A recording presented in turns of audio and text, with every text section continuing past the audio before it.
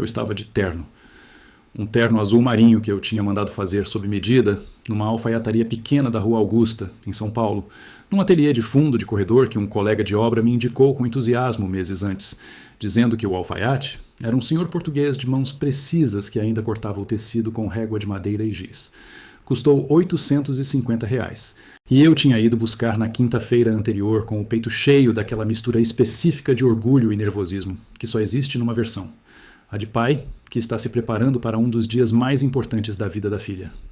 Passei a mão devagar no tecido antes de sair de casa naquela manhã de sábado. Me olhei no espelho do quarto por mais tempo do que costumo. Inclinei levemente a cabeça como quem avalia um projeto antes da entrega.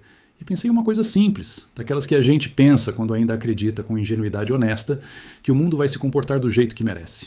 Hoje é o dia dela. Hoje é o dia da minha filha. Faz de tudo por esse momento. Dá tudo que você tem para esse momento ser perfeito. Saí do apartamento em Moema às 12 horas e 45 minutos. Entrei na caminhonete Toyota Hilux, que estava estacionada na vaga coberta do subsolo. Liguei o ar-condicionado porque outubro em São Paulo não tem misericórdia. E peguei a Avenida Ibirapuera em direção ao bairro do Ipiranga. O trânsito estava razoável para um sábado, daquele jeito paulistano de fim de manhã, em que as ruas respiram um pouco mais do que nos dias de semana. Fui ouvindo uma rádio de música sertaneja no som da caminhonete. Não porque sou fã fervoroso, mas porque era o tipo de coisa que não exige atenção, e eu precisava da minha atenção para outras coisas naquele momento.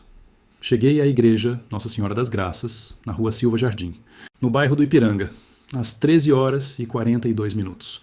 O sol batia forte na fachada branca da igreja, aquele sol de outubro que esquenta o asfalto, até ele parecer elástico, mas não aquece ninguém por dentro de verdade. Havia um aglomerado de convidados do lado de fora. Mulheres com vestidos coloridos e saltos altos, homens de terno e gravata, crianças correndo pelo espaço entre os carros estacionados. Um fotógrafo jovem circulava pelo grupo com uma câmera Canon grande pendurada no pescoço, registrando os cumprimentos e os abraços com aquele profissionalismo discreto de quem sabe que seu trabalho é capturar sem interferir. Cumprimentei o cerimonialista na entrada lateral. Um rapaz de uns 28 anos com colete preto e fone de ouvido discreto, que me entregou um programa plastificado com o nome da Camila e do Lucas, impresso em letra cursiva dourada sobre fundo marfim. Camila Mendes Carvalho e Lucas Ferreira Monteiro. 18 de outubro de 2024. Passei o dedo sobre as letras do nome dela por um segundo. Dobrei o programa e guardei no bolso interno do paletó. O cerimonialista me indicou a porta lateral que levava direto à sacristia, onde eu deveria esperar com a noiva para a entrada no salão principal. A sacristia era um cômodo pequeno e despretensioso, com paredes caiadas de branco levemente amareladas pelo tempo, um crucifixo de madeira escura pregado na parede do fundo e uma janela estreita com basculante de ferro oxidado que deixava entrar um fio de luz natural e o som abafado dos convidados do lado de fora. Tinha um banquinho de madeira escura encostado na parede lateral. Um cabide com um casaco de padre esquecido que balançava levemente toda vez que a porta abria, e um espelho oval com moldura dourada pendurado na parede da direita, levemente embaçado nas bordas como os espelhos de sacristia parecem sempre ser, como se o tempo tivesse se depositado no vidro em camadas muito finas.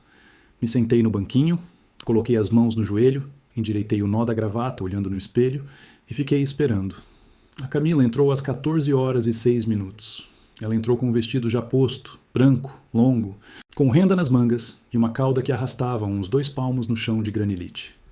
Estava com a maquiagem feita, o cabelo preso num coque baixo com flores miúdas de tecido branco entremeadas nos mechões que caíam nas laterais do rosto, e aquele brilho nos olhos que eu reconhecia desde que ela tinha 2 anos e meio de idade e ganhava alguma coisa que queria muito, desde uma boneca, desde um sorvete de chocolate, desde a notícia de que ia ao parque no domingo.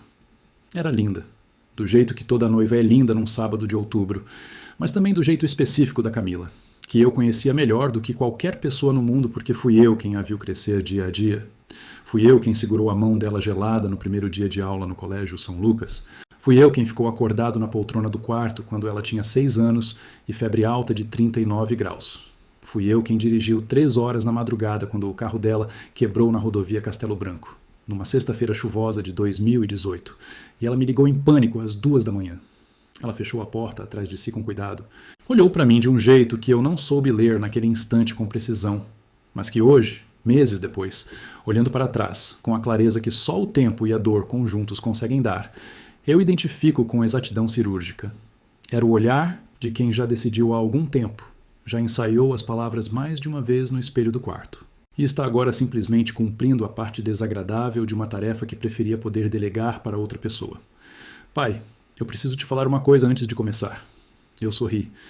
Abri os braços com naturalidade, achando com toda esta ingenuidade disponível naquele momento que ela ia me abraçar, que ia me dizer que estava nervosa, que estava feliz, que me amava, que estava contente que eu estava ali. Qualquer uma das coisas que um pai espera com razão ouvir da filha, nos minutos que antecedem o momento mais solene da vida dela. Quem vai me levar ao altar é o Marcelo, não faz cena. Demorei uns 4 segundos para processar as palavras em sua totalidade. Não porque não entendi cada uma delas separadamente, porque cada palavra era simples e curta, mas porque o cérebro humano tem um mecanismo de proteção involuntário que faz a gente repetir internamente uma frase que dói muito, antes de aceitar de vez que foi realmente dita, que existiu no ar, que não pode ser desfeita. Quem vai me levar ao altar é o Marcelo. Não faz cena. Marcelo Augusto Dias. O marido da Roberta, minha ex-esposa. Um homem de 53 anos, dono de uma concessionária de carros usados na Avenida Itaquera, de rosto redondo e mão firme no aperto de cumprimento, que havia entrado na vida da Roberta 2 anos depois do nosso divórcio. E que foi sendo, ao longo de quase uma década, cuidadosamente reposicionado na narrativa familiar de um lugar para o seguinte. Primeiro, era apresentado como o namorado da mamãe, com aquele tom levemente defensivo de quem antecipa julgamento. Depois virou o Marcelo, que a gente adora, com a naturalidade de quem já passou do estágio de precisar justificar. Depois foi aparecendo nas fotos de aniversário da Camila com a mão no ombro dela, como se fosse algo que sempre tivesse sido assim. E naquele sábado de outubro de 2024, dentro de uma sacristia da igreja Nossa Senhora das Graças, ele tinha chegado ao destino final de uma jornada que ninguém me havia convidado para acompanhar. Ia levar minha filha ao altar no meu lugar. Fiquei quieto, não gritei, não xinguei, não arranquei a gravata, nem virei o banco de madeira. Não fiz o escândalo que ela claramente estava antecipando, porque ela segurou a respiração depois de falar, o corpo levemente tenso como mola comprimida, os olhos me medindo com aquela atenção de quem está monitorando um sistema que pode falhar a qualquer instante. Eu olhei para ela por uns 5 segundos, que pareceram 5 minutos completos, engoli tudo que estava subindo pela minha garganta com a força de enxurrada, desde a raiva até a dor, desde a humilhação funda até aquela tristeza específica e intransferível de pai que percebe de repente que perdeu algo precioso sem ter tido sequer a chance de saber que estava perdendo. E falei com uma calma que honestamente me surpreendeu em mim mesmo. Tudo bem, filha? Você que sabe. Ela piscou 2 vezes seguidas. Acho que esperava explosão, ou choro, ou que eu fosse dar um escândalo memorável que ela pudesse usar depois como justificativa para tudo que já havia planejado com cuidado. Mas eu não dei nada disso. Peguei o programa plastificado do bolso do paletó, passei o polegar sobre ele uma única vez, recoloquei no bolso, levantei do banquinho com cuidado para não amarrotar o terno, abri a porta da sacristia e saí. Atravessei o corredor lateral da igreja com passada firme e cabeça erguida. Cumprimentei 2 ou 3 conhecidos com um aceno de cabeça cordial.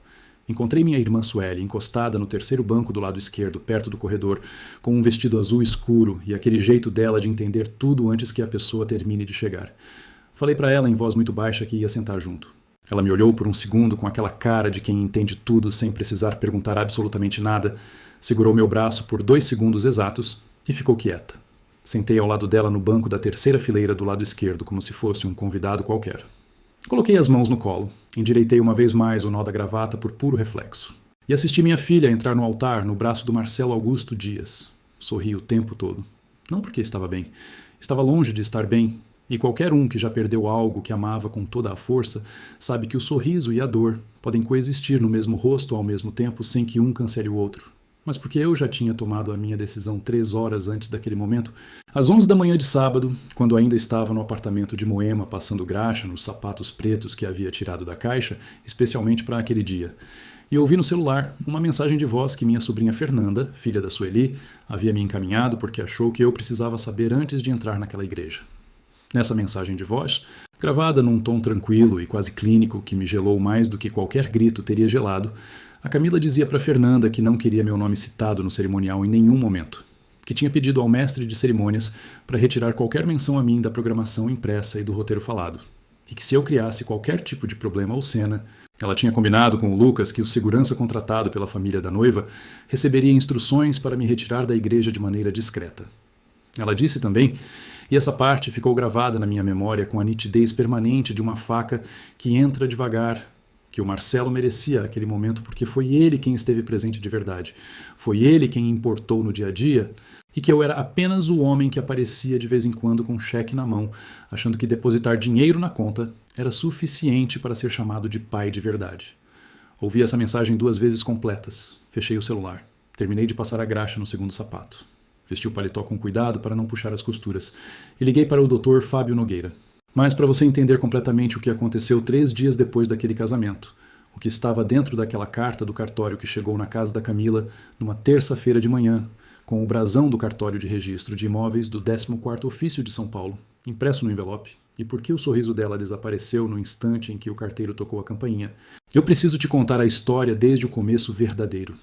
Desde quando eu era um pai, que não precisava provar nada para absolutamente ninguém, porque acreditava com simplicidade honesta que o amor dado ao longo de uma vida inteira falava por si mesmo, sem precisar de documento ou testemunha. Meu nome é Roberto Henrique Carvalho. Tenho 58 anos. Nasci e cresci em Santo André. No ABC Paulista, numa casa pequena de 2 quartos na Rua das Acácias, no bairro da Vila Assunção, filho de Antônio Carvalho, torneiro mecânico da Volkswagen durante 31 anos seguidos, homem de poucas palavras e muita consistência. E de Dona Neuza, professora da escola estadual do bairro durante quase toda a sua vida adulta, mulher de voz firme e coração largo que lecionou para 3 gerações de crianças do mesmo bairro, que conhecia pelo nome de família praticamente todo mundo que morava num raio de 10 quarteirões. Família simples, de valores claros e sem ambiguidade, onde a palavra dada tinha peso real e a mesa do jantar era o lugar onde os assuntos sérios eram resolvidos olho no olho, com voz pausada e sem deixar ponta solta. Aprendi com meu pai que homem que presta trabalha todos os dias, paga as contas antes do vencimento e não abandona quem depende dele em nenhuma circunstância. Essa frase, que ele nunca disse exatamente com essas palavras, mas que estava presente em cada ato da vida dele que eu observei enquanto crescia, virou o eixo em torno do qual organizei a minha própria existência. Levei isso a sério por 58 anos. Talvez a sério demais, porque há um ponto onde a lealdade incondicional deixa de ser virtude e começa a ser vulnerabilidade. E eu demorei mais tempo do que deveria para aprender onde esse ponto estava. Fiz engenharia civil na Universidade de Mauá, em Santo André. Me formei em 1990 com uma das melhores notas da turma. E fui direto para uma construtora de médio porte que fazia obras residenciais e pequenos empreendimentos comerciais pelo ABC Paulista. Aprendi o ofício com as próprias mãos, na lama de obra e no sol de canteiro, e em 1992, numa festa junina organizada na casa de um colega de trabalho no bairro de Santa Terezinha, em São Caetano do Sul, conheci a Roberta. Roberta Mendes tinha 23 anos na época, 2 anos mais nova que eu, filha de um comerciante de tecidos do centro de Santo André e de uma dona de casa que fazia bordados à mão para complementar a renda da família.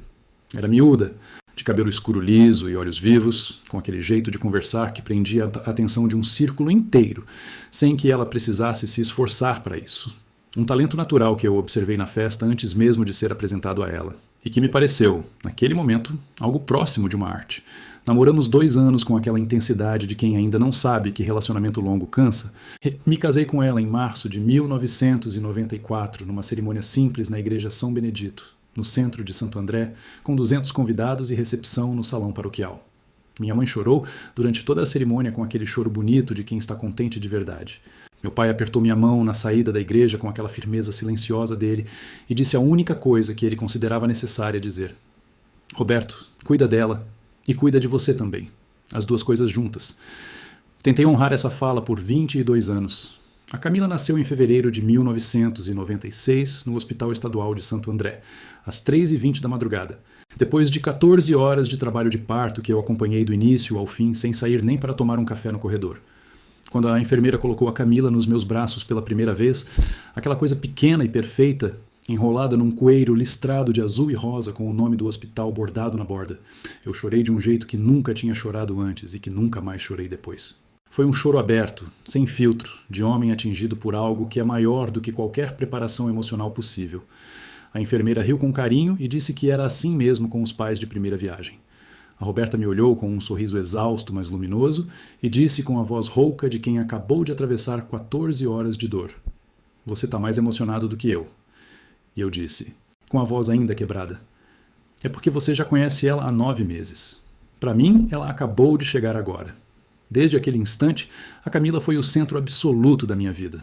Coloquei ela na melhor escola que eu conseguia pagar dentro das minhas condições naquele momento. O Colégio São Lucas, em Santo André, escola particular com boa infraestrutura, professores concursados e método pedagógico sólido. A mensalidade era R$ 320 por mês nos anos 90, valor que foi reajustando ao longo do tempo e chegou a R$ 840, quando ela estava no terceiro ano do ensino médio. Nunca atrasou um único mês em toda a trajetória escolar dela. Ela fez balé clássico dos 4 aos 12 anos, numa academia no Jardim do Paço. E eu ia a todas as apresentações com a câmera fotográfica Sony analógica, que comprei especificamente para registrar a vida dela. Câmera que ainda está no armário do quarto em Moema, com 2 filmes por revelar que nunca mandei, porque não consigo me desfazer deles. Quando ela tinha 14 anos, comecei a perceber que algo estava se alterando no casamento de maneira lenta e consistente. A Roberta havia arrumado trabalho como assistente administrativa numa empresa de logística em São Caetano do Sul, e a dinâmica da casa havia mudado sem que nenhum de nós dois declarasse formalmente essa mudança. A gente jantava na mesma mesa, mas falava menos. Dormia na mesma cama, mas parecia em quartos separados por paredes invisíveis. Eu viajava mais a trabalho porque os projetos iam ficando maiores e mais distantes de Santo André. E quando voltava, havia sempre uma frieza específica, uma distância medida, que eu tentava atribuir ao cansaço legítimo de 2 adultos ocupados vivendo uma vida de responsabilidades. Em 2011, a Roberta pediu o divórcio numa tarde de domingo com a Camila na casa de uma amiga. Disse que estava infeliz há muito tempo e precisava de uma vida diferente. Não disse que havia outra pessoa, e eu naquele momento não perguntei, o que foi um dos vários erros silenciosos que cometi ao longo daquela história. O divórcio foi negociado ao longo de quase 6 meses com um advogado de cada lado. No final, a Roberta ficou com a casa do Ipiranga que eu havia comprado e quitado em 2007, quando nos mudamos para São Paulo para ficar mais perto dos projetos maiores que eu estava tocando. Eu fiquei com um apartamento de Vila Prudente que eu tinha comprado como investimento alguns anos antes, com o Fiat Punto 2010, e com essa obrigação de pagar R$ 2.300 de pensão por mês para a Camila, que tinha 15 anos e ficou morando com a mãe por vontade própria e por decisão judicial. Concordei com tudo sem guerra. Acreditei que não valia a pena travar uma batalha que ia machucar a Camila mais do que qualquer resultado possível justificaria. Esse foi meu segundo grande erro. O primeiro foi não perceber antes que a narrativa construída sobre mim, dentro daquela casa, ao longo dos anos, não correspondia à realidade do homem que eu era.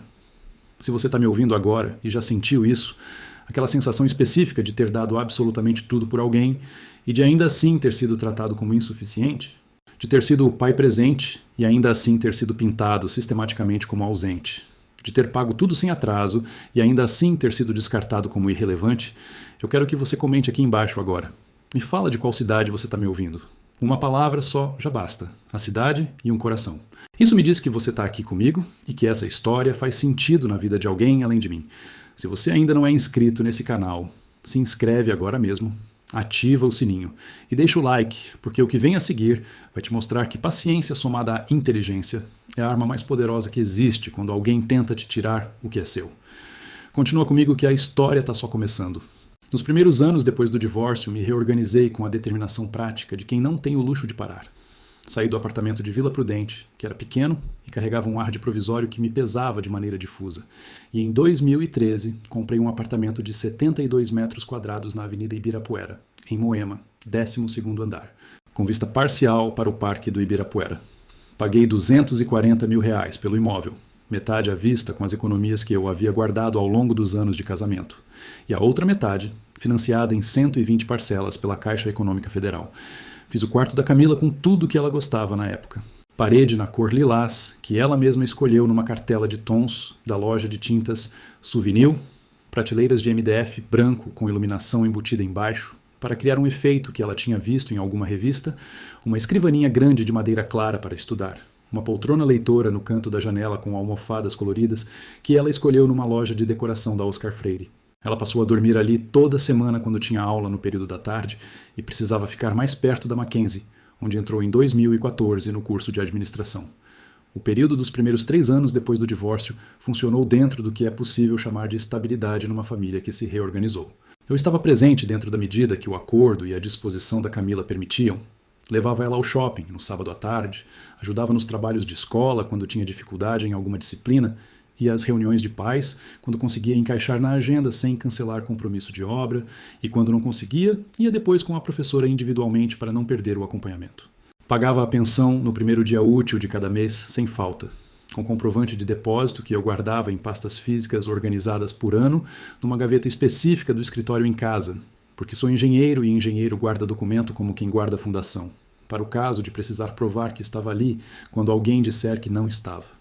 O que eu não percebia porque estava de dentro, e de dentro a perspectiva é sempre a mais limitada, é que a Roberta havia começado a construir uma narrativa paralela sobre mim, dentro daquela casa de maneira sistemática e gradual.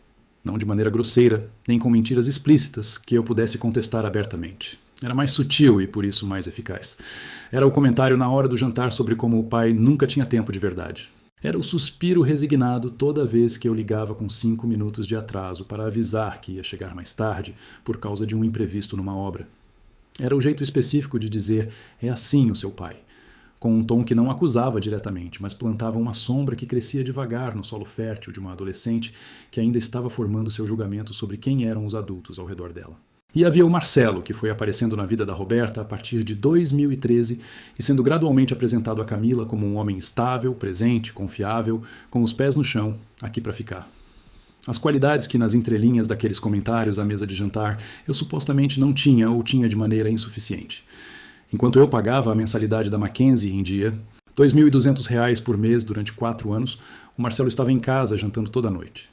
Enquanto eu bancava os 800 euros mensais do intercâmbio em Lisboa em 2017, o Marcelo estava no aeroporto de Guarulhos, quando a Camila embarcou e quando ela voltou. Não percebi que estava perdendo um território que nunca soube que tinha que defender, porque acreditava que o amor verdadeiro e o dinheiro investido com honestidade eram argumentos suficientes por si mesmos. Não são.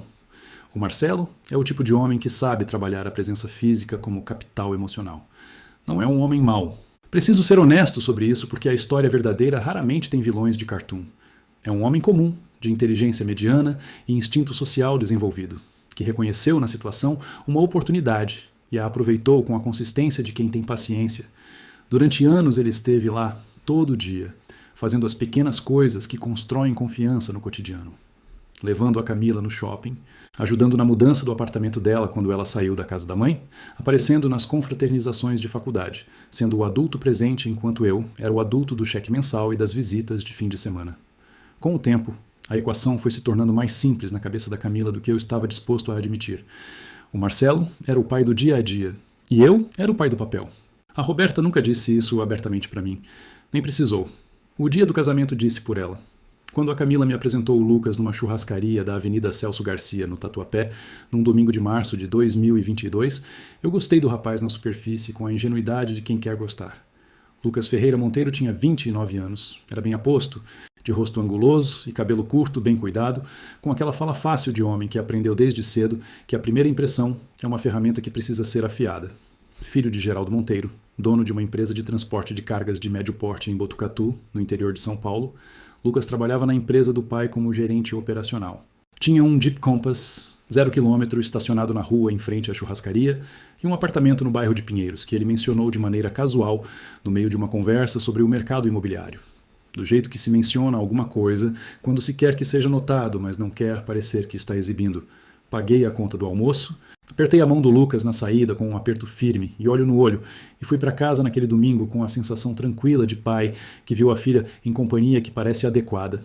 Era um bom partido aparente. Um homem de família, com trabalho, com estrutura. Fui ingênuo, mas ainda não sabia o quanto. O noivado foi anunciado em março de 2023, numa festa organizada pela Roberta no apartamento dela, no Ipiranga. Fui convidado com uma cordialidade que me pareceu gesto de boa vontade na época, como se a distância de anos de divórcio tivesse finalmente produzido uma civilidade funcional. Cheguei com uma garrafa de espumante Chandon Rosé que custou R$ 85 e um cartão escrito à mão. A festa tinha uns 30 convidados, família e amigos próximos dos dois lados. Cumprimentei a Roberta com um beijo no rosto que ela recebeu com a frieza habitual, mas sem hostilidade declarada. Abracei a Camila, que estava resplandecente com a novidade. Apertei a mão do Lucas e circulei pelos grupos de conversa com a leveza de quem está visitando um território que conheceu em outro tempo. Foi naquela festa que ouvi o Lucas fazer. Pela primeira vez, uma referência ao meu apartamento de Moema. Estávamos num grupinho pequeno, eu, ele, um primo da Camila, chamado Vinícius, e um amigo do Lucas, chamado Renato, de Botucatu, que havia vindo especialmente para a festa. A conversa havia chegado ao tema do mercado imobiliário em São Paulo, que estava em alta na época, e o Lucas, De maneira absolutamente casual e com um sorriso de conversa de fim de tarde, virou para mim e disse: Seu Roberto, o senhor está sentado num ouro ali em Moema, hein? O metro quadrado daquela região subiu demais nos últimos anos. Eu sorri de volta, disse que era verdade e mudei de assunto. Mas guardei aquela frase no lugar onde guardo as coisas que não têm nome ainda, mas que precisam de atenção. Naquele momento, pela primeira vez, um pensamento desconfortável atravessou minha cabeça e que eu rapidamente empurrei de volta para dentro com a força de quem não quer acreditar que é possível. Esse rapaz está de olho no meu patrimônio. Empurrei, porque achei que era paranoia de pai que resiste a perder a filha. Errei de novo. Era a terceira vez que eu errava na mesma direção. Entre o noivado em março de 2023 e o casamento em outubro de 2024, a Camila foi ficando progressivamente mais distante de mim, de um jeito que eu atribuía às demandas naturais de quem está organizando um casamento. Escolhendo buffet, assinando contrato de locação de salão, planejando lua de mel, todas as ocupações consumidoras de um período que qualquer noiva conhece. As ligações de quinta-feira, que eram nosso ritual, ficaram mais curtas e mais esparsas. Os encontros de fim de semana foram se tornando exceção em vez de regra. Quando eu propunha um almoço, havia sempre um compromisso anterior ou uma energia insuficiente depois de um dia longo. Eu entendia. Eu sempre entendia. Era esse o padrão. O que eu não entendia é que a distância não era só logística, era estratégica. E em abril de 2024, quando minha sobrinha Fernanda me encontrou para tomar café numa padaria da Brigadeiro Luiz Antônio numa tarde de segunda-feira, eu comecei a entender o tamanho do que havia sido construído ao meu redor, enquanto eu entendia tudo e não via nada. Fernanda tem 32 anos, filha da Sueli, minha irmã mais nova. É fonoaudióloga, trabalha numa clínica no Paraíso, tem a objetividade direta de quem lida com comunicação como profissão. Não é do tipo de criar drama, nem de se meter em situação alheia sem motivo suficiente. Quando ela me ligou, pedindo para se encontrar, em vez de mandar mensagem, soube que era algo que ela considerava importante demais para texto. Pedimos 2 cafés. Ela colocou o celular sobre a mesa, me olhou e disse que precisava me mostrar alguma coisa, mas que queria que eu ficasse calmo primeiro. Disse que estava bem, que ia ficar tudo bem, mas que eu precisava saber. Me mostrou a conversa de WhatsApp com a Camila. Em 2 semanas diferentes de março, a Camila havia perguntado à Fernanda de maneira casual, inserida no meio de conversas, sobre outros assuntos, como quem pergunta a hora no meio de uma outra pergunta. Se ela sabia como funcionava a doação de bens em vida por parte de um pai para uma filha. Se era um processo simples ou muito burocrático. Se precisava de autorização de alguém além do próprio pai. E na segunda semana, numa pergunta que Fernanda descreveu como tendo sido feita com uma naturalidade que a perturbou exatamente por isso. Se um pai podia ser declarado civilmente incapaz por razões de saúde mental, e se isso era algo que os filhos podiam solicitar ou se precisava de médico especialista.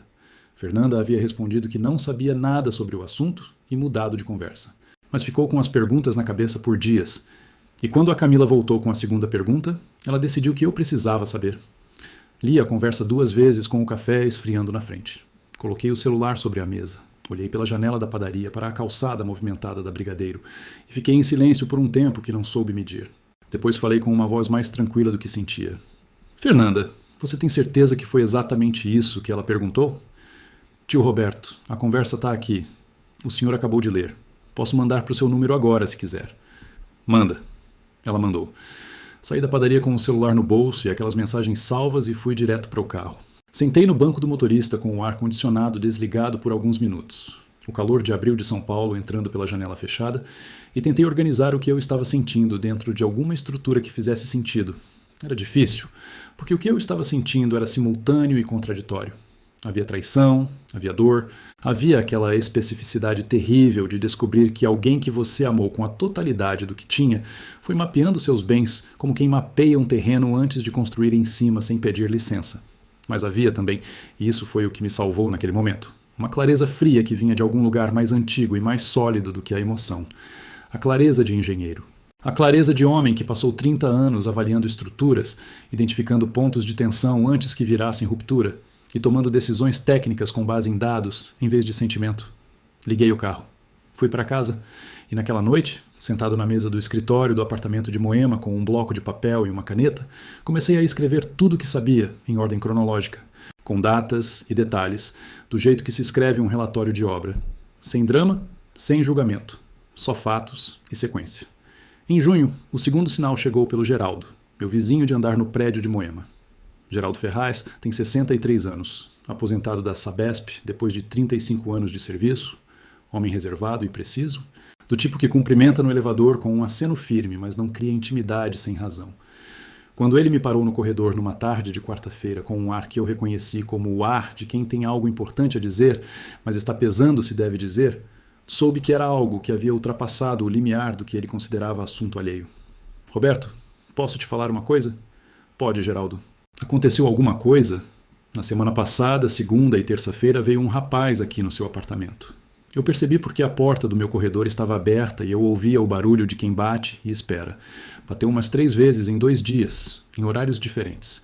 Na quarta-feira, ele voltou com a sua filha. Eu vi os dois pela janela entreabrida da minha sala. Eles ficaram parados na frente da sua porta uns 10, 12 minutos, conversando baixo entre eles, com o rosto perto da porta, como quem está avaliando o tamanho do cômodo pela fresta ou verificando alguma coisa na estrutura. Não sei, pode ser tudo inocente, mas me pareceu diferente de uma visita normal. Fiquei na dúvida se falava, mas achei que preferia falar e você achar que foi bobagem do que não falar, e depois saber que deveria ter falado. Agradeci ao Geraldo com a seriedade que o gesto merecia e entrei no meu apartamento. Me sentei no sofá da sala sem tirar a jaqueta por uns 20 minutos. A Camila tinha uma cópia da minha chave desde que eu havia dado a ela anos antes, quando ela dormia aqui regularmente, e eu queria que ela se sentisse em casa de verdade. Nunca pedi de volta porque nunca imaginei precisar. Naquele momento, entendi que havia sido descuidado com isso, como havia sido descuidado com tantas outras coisas em que a confiança me fez baixar a guarda, onde a prudência mandava mantê-la erguida. Liguei para um chaveiro naquela tarde mesmo. Troquei o cilindro da fechadura principal e da fechadura da porta de serviço. Não falei nada para a Camila.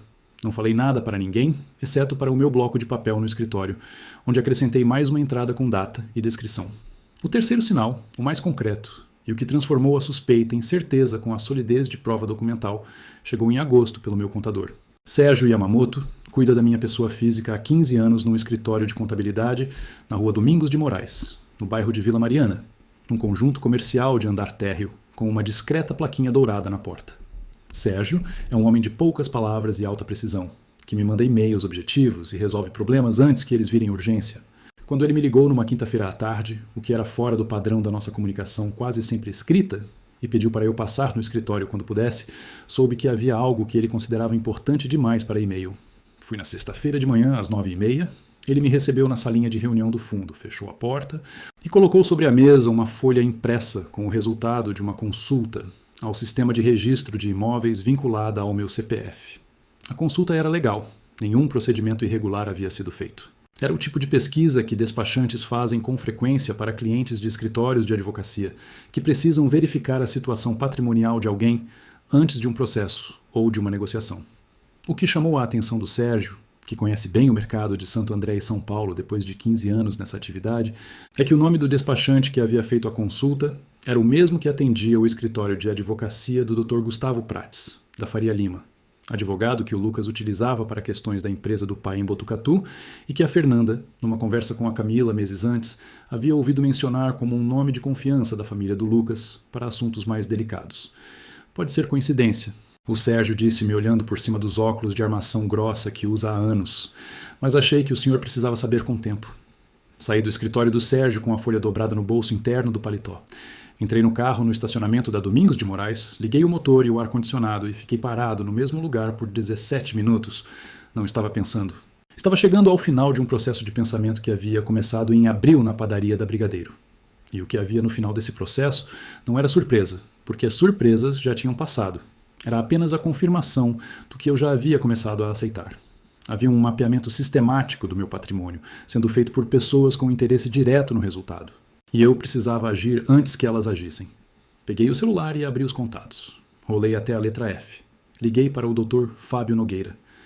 Dr. Fábio Nogueira é advogado especialista em direito de família e direito sucessório, com escritório na Avenida Paulista desde 2012. Antes disso, em Santo André, onde nos conhecemos através de um amigo em comum em meados dos anos 90. É um homem de 61 anos, calvo, de óculos sem armação e uma maneira de ouvir que faz a pessoa sentir que cada palavra está sendo registrada e processada com rigor. Trabalhamos juntos no divórcio com a Roberta e ele havia me assessorado em algumas questões de planejamento patrimonial da empresa ao longo dos anos. Era a pessoa certa para o que eu precisava. Marquei para a segunda-feira seguinte. Naquele fim de semana, enquanto o casamento estava a 6 semanas de distância, me sentei no escritório do apartamento de Moema por horas seguidas nos 2 dias e organizei tudo o que eu sabia. As perguntas da Camila para a Fernanda, a visita ao apartamento, a consulta ao CPF pelo despachante do advogado do Lucas, a referência ao valor do imóvel de Moema no noivado, cada entrada no bloco de papel com data e detalhe. Organizei em ordem cronológica, fiz uma cópia escaneada de cada documento disponível. E preparei uma apresentação que era menos uma lista de queixas e mais um relatório técnico de situação, do jeito que se apresenta uma avaliação de risco estrutural para um cliente antes de aprovar o projeto de reforço. Na segunda-feira de manhã, no 17º andar do edifício comercial de vidro Fumê da Paulista, onde o Dr. Fábio tinha o escritório, sentei na cadeira de couro escuro da frente da mesa dele e contei tudo, do começo ao fim, na ordem do bloco, sem drama e sem omissão. Ele me ouviu durante 40 minutos, sem interromper uma única vez, fazendo anotações num bloco de folhas pautadas com uma caneta esferográfica azul. Quando eu terminei, ficou em silêncio por 2 minutos completos. Depois, levantou os olhos para mim e falou com a precisão de quem escolhe cada palavra antes de soltá-la. Roberto, o que você está descrevendo tem um nome técnico no direito de família e no direito sucessório. Chama-se captação dolosa de herança. É quando um terceiro, com ou sem a participação ativa de um herdeiro, age de maneira deliberada para mapear, influenciar ou forçar a disposição patrimonial de uma pessoa ainda em vida, seja por coação, manipulação afetiva, fraude ou engenharia legal. O fato de que o despachante do advogado do Lucas consultou seus bens imóveis é evidência concreta de um processo de due diligence patrimonial sendo conduzido sobre você. Isso, somado às perguntas da sua filha à sobrinha sobre incapacidade civil, forma um padrão que não é casualidade. O que eu posso fazer, doutor? A primeira coisa, ele disse sem hesitar, é agir antes que eles ajam. E você já fez isso ao vir aqui antes de qualquer movimento concreto deles.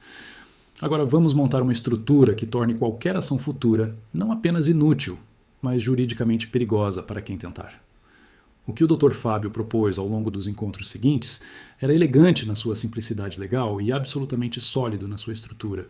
A peça central era a constituição de uma escritura pública de doação com cláusula de usufruto vitalício e cláusula de reversão, pela qual eu transferia formalmente a propriedade dos meus imóveis para pessoas de absoluta confiança, mantendo para mim o usufruto vitalício, que em termos práticos significava que eu continuava morando no apartamento, continuava administrando o terreno, continuava sendo o Roberto de sempre, em todos os aspectos da vida cotidiana. A propriedade no papel mudava de titular. Minha vida não mudava em absolutamente nada. Junto a isso, ele orientou a lavratura de um documento chamado de fotografia patrimonial, que era um levantamento completo e notariado de todos os meus bens naquele momento.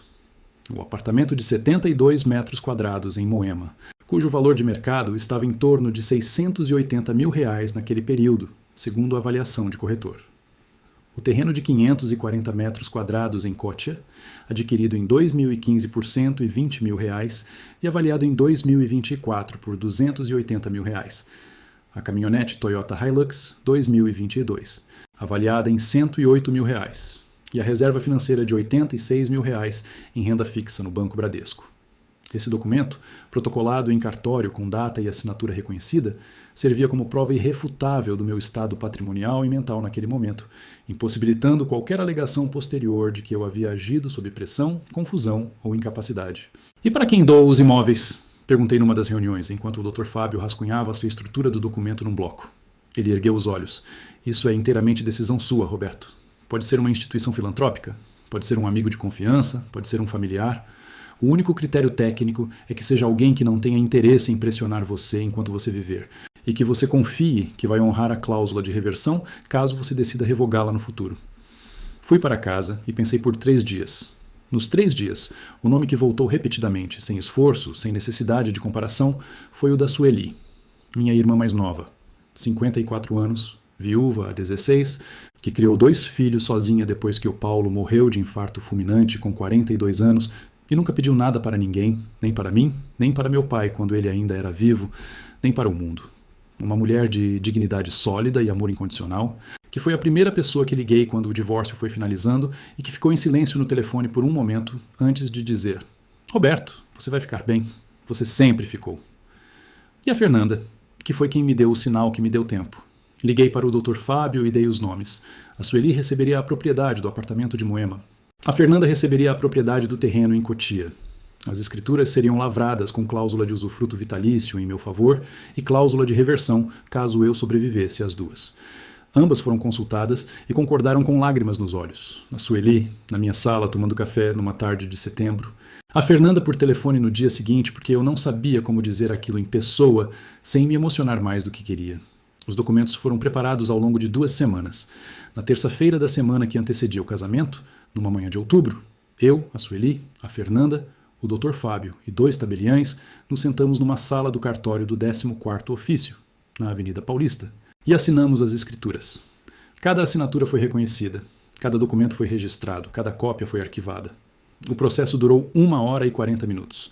Saí do cartório com os comprovantes na pasta preta que carrego para reuniões importantes, entrei no elevador, desci até o estacionamento, e quando a porta do carro fechou e o silêncio do subsolo me envolveu, fechei os olhos por 30 segundos e respirei. Estava feito. 4 dias depois, eu me sentei no banco da 3ª fileira da igreja Nossa Senhora das Graças e assisti minha filha entrar no altar no braço do Marcelo. E sorri o tempo todo.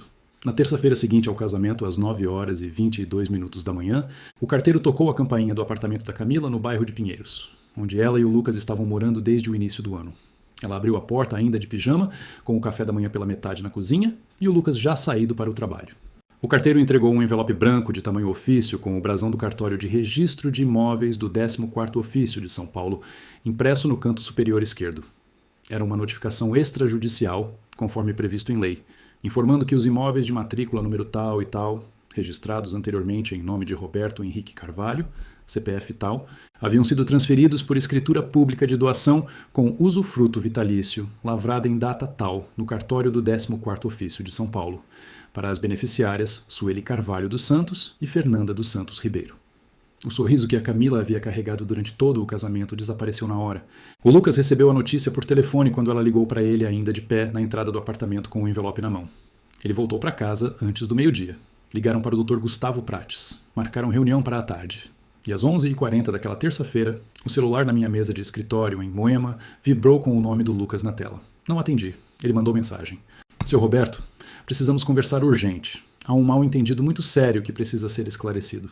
Não respondi. Às 2h12 da tarde, a Camila ligou. Atendi dessa vez porque era a Camila, porque por mais que eu soubesse o que tinha sido planejado, ela ainda era minha filha, e eu precisava saber em que estado emocional ela estava. Pai, a voz estava carregada de choro contido. Daquele choro de quem chorou muito antes de ligar e está tentando segurar o que sobrou para parecer mais controlada do que está. O que aconteceu? Por que você fez isso? Você pode me explicar? Camila, eu disse com a mesma calma da sacristia.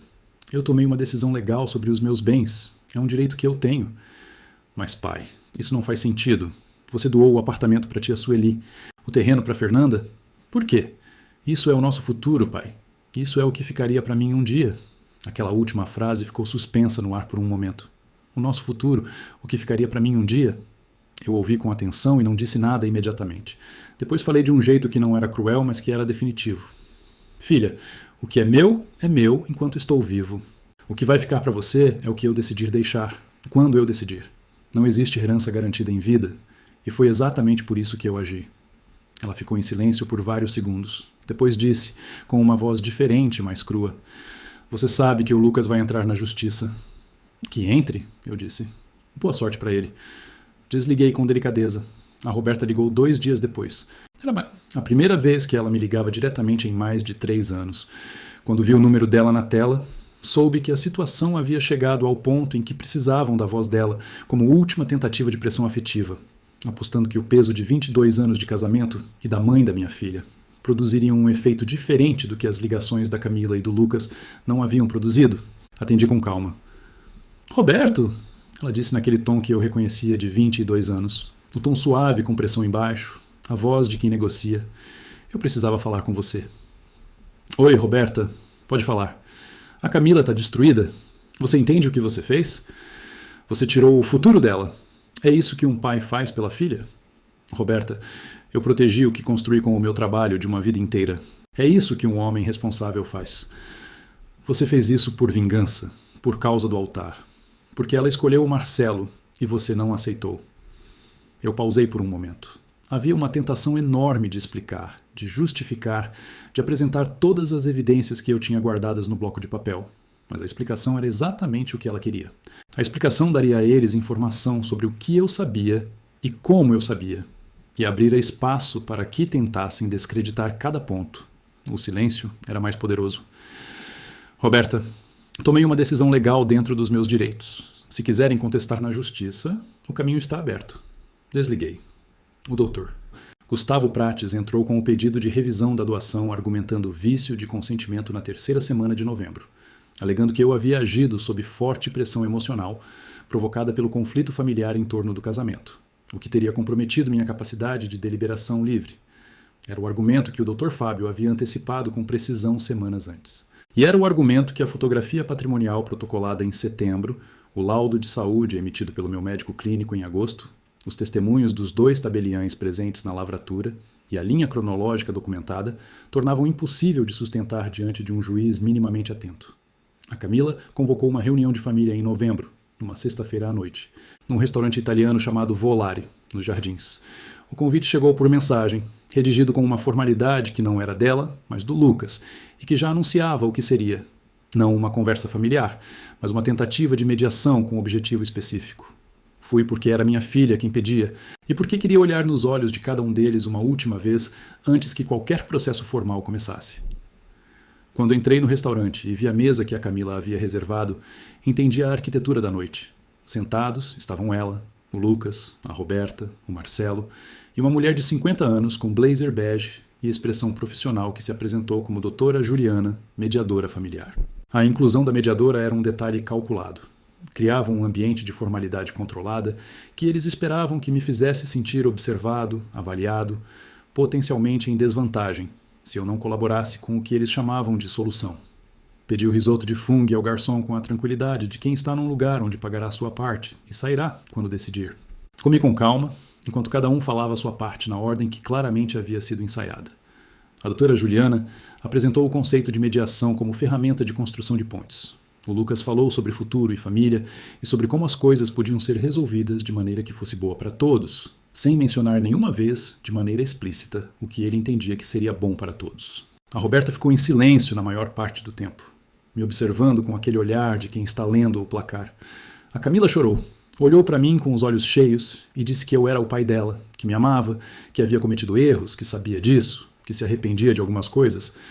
Eu ouvi tudo com atenção genuína, porque parte daquilo era verdade e parte de mim ainda amava aquela mulher que havia sido a coisa mais importante que eu já tinha segurado nos braços. Mas o amor e o reconhecimento do que havia sido planejado não eram mutuamente exclusivos, cabiam ao mesmo tempo. Quando chegou minha vez de falar, coloquei o garfo na borda do prato com cuidado, limpei a boca com o guardanapo de pano bordado com o logo do restaurante e falei de maneira pausada e clara. Camila, eu te amo. Isso não vai mudar. Mas o que eu fiz com os meus bens é legalmente irreversível e não vou reverter em nenhuma circunstância. Se você quer ter um pai presente na sua vida, eu estou disponível para isso. Se o que você quer são os imóveis, esse caminho está fechado. São 2 questões separadas. E só você pode decidir qual delas importa de verdade para você.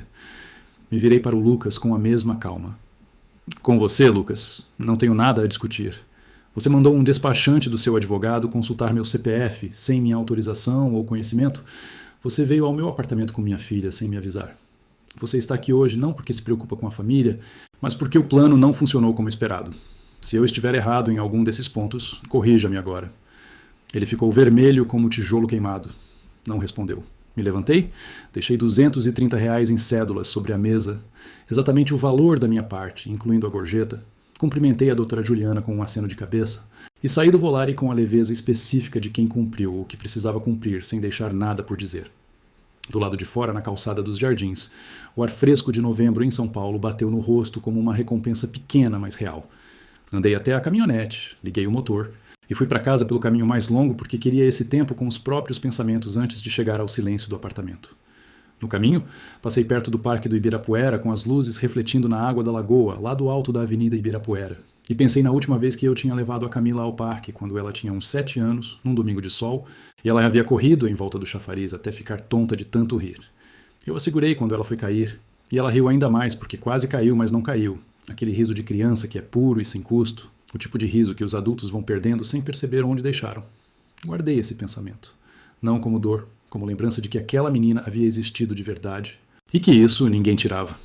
Em agosto de 2025, o juiz da 12ª Vara de Família de São Paulo proferiu sentença julgando improcedente o pedido de revisão da doação. A sentença, de linguagem técnica e direta como as boas sentenças são, afirmava que não havia qualquer indício de incapacidade, coação ou vício de consentimento na época da lavratura das escrituras e que a doação era legal, válida e irreversível. O Dr. Gustavo Prates entrou com recurso em setembro, que o Dr. Fábio me disse ser quase certamente um movimento de pressão final, esperando que eu oferecesse acordo. Não ofereci. Deixei o processo seguir no seu curso natural. Nos meses entre o casamento e a sentença, a vida continuou com a normalidade que eu havia escolhido manter deliberadamente. As obras continuavam, os projetos avançavam, eu acordava cedo e tomava o café da manhã preparado, do jeito que minha mãe ensinava, com pó coado no coador de pano, em vez das máquinas de cápsula que todo mundo usa. Caminhava meia hora no Ibirapuera, às terças e quintas-feiras, às 6h40 da manhã, antes do movimento de quem vai trabalhar encher as alamedas. Jantava com a Sueli e a Fernanda nas sextas-feiras, quando a agenda deixava. Numa churrascaria da rua Domingos de Moraes, que a Sueli frequenta há anos e que tem um file de chorizo que eu recomendo sem reservas. A Camila mandou uma mensagem em setembro de 2025. Não sobre advogado, não sobre imóvel, não sobre dinheiro. Era uma mensagem de domingo à tarde, enviada com um tom diferente de tudo que havia sido trocado nos meses anteriores. Mais simples e, por isso, mais pesada. Pai, tô com saudade. Posso te ligar um dia desses? Li a mensagem 2 vezes. Fiquei em silêncio por uns 3 minutos. Não de hesitação, mas de consideração honesta. Depois respondi. Pode, filha. Quinta à noite estou em casa. Ela ligou na quinta-feira às 8h17. Conversamos por 53 minutos. Foi uma conversa difícil nos primeiros 15, cheia das pausas de quem pisa num terreno que ainda não sabe se aguenta o peso. Ela não usou a palavra perdão em nenhum momento, mas disse que havia deixado o Lucas influenciar coisas que não deveriam ter sido influenciadas por ele. Disse que sabia que havia errado com a sacristia. Disse que o pai que ela tinha não era o homem das histórias que cresceu ouvindo à mesa de jantar. Eu disse que sabia que ela sabia, que sempre tinha sabido, e que por isso eu havia ficado quieto na sacristia em vez de explodir, porque o homem que explode perde o controle da situação, e eu precisava do controle. Por que você não me contou o que estava descobrindo, pai? Porque se eu tivesse contado antes, você teria ido contar para o Lucas, e eu não teria conseguido proteger o que precisava proteger. Não foi sobre você, filha, foi sobre mim.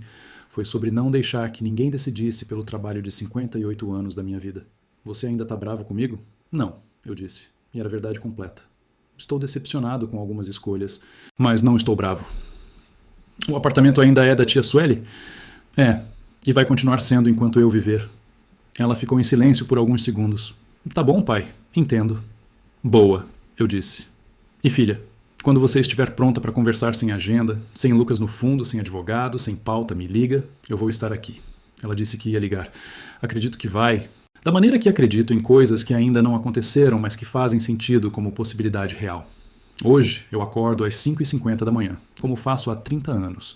Preparo o café no coador de pano, leio as notícias no tablet enquanto o sol começa a entrar pelo vidro do 12º andar e pinta a sala com aquela luz diagonal de início de manhã, que é uma das coisas mais bonitas que o apartamento de Moema tem a oferecer. Cuido da empresa com a atenção que sempre cuidei, com 3 obras em andamento em São Paulo e uma em Campinas, que começou em julho de 2025. Caminho no Ibirapuera. Janto com a Sueli nas sextas. Ligo para a Fernanda nas terças só para saber como ela está. A vida tem o tamanho certo. Não o tamanho de sonho de novela, não o tamanho de tragédia grega. O tamanho certo, que é o tamanho do que é real e do que eu construí com minhas mãos e guardei com minha cabeça. Aprendi nessa história coisas que não se ensinam em engenharia, mas que têm tudo a ver com estrutura. Que amor de pai não significa ausência de limite. Que ser presente não significa estar disponível para ser usado. Que pagar contas e aparecer nas horas certas é amor em forma de ação, e que nenhuma narrativa construída em jantar de segunda-feira apaga o concreto de 30 anos de ação real e consistente. Aprendi que silêncio estratégico não é covardia. É a inteligência de quem entende que a resposta mais poderosa nem sempre é a que vem mais rápido. É a que vem bem preparada. E aprendi que a dignidade de um homem não está no que os outros dizem dele. Está no que ele sabe que fez.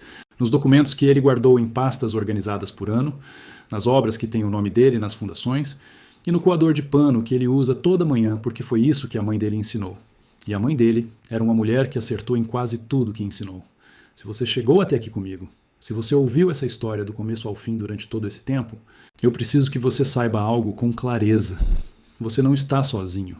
Se você é um pai que já deu tudo e foi tratado como descartável, se você já foi o homem presente que foi pintado como ausente, se você já pagou tudo em dia e ainda assim foi descrito como o vilão de uma história que você não escreveu, saiba que sua versão existe, que sua dignidade é real e que ninguém tem o direito de te tirar o que é seu enquanto você tiver capacidade, clareza e um bom advogado. Se você conhece alguém passando por algo parecido, um pai que está se sentindo sozinho no meio de uma situação que parece grande demais para carregar, compartilha esse vídeo com ele agora. Pode ser que essa história seja exatamente o que ele precisa ouvir hoje. Às vezes, a pessoa que precisa de força não vai pedir, e a gente chega com ela antes do pedido. Me conta aqui nos comentários de qual cidade você está me ouvindo agora. Só a cidade e um coração já me diz tudo. E me fala, você já passou por algo parecido? Você conhece alguém que passou? Deixa aqui, porque eu leio cada comentário, cada um mesmo. Se você ainda não é inscrito nesse canal, se inscreve agora e ativa o sininho. Deixa o like nesse vídeo, porque ele ajuda essa história a chegar em mais pessoas que precisam ouvir que paciência e inteligência juntas vencem qualquer plano mal feito. Muito obrigado por ter ficado comigo do começo ao fim, do fundo do coração, de pai para pai, de pessoa para pessoa.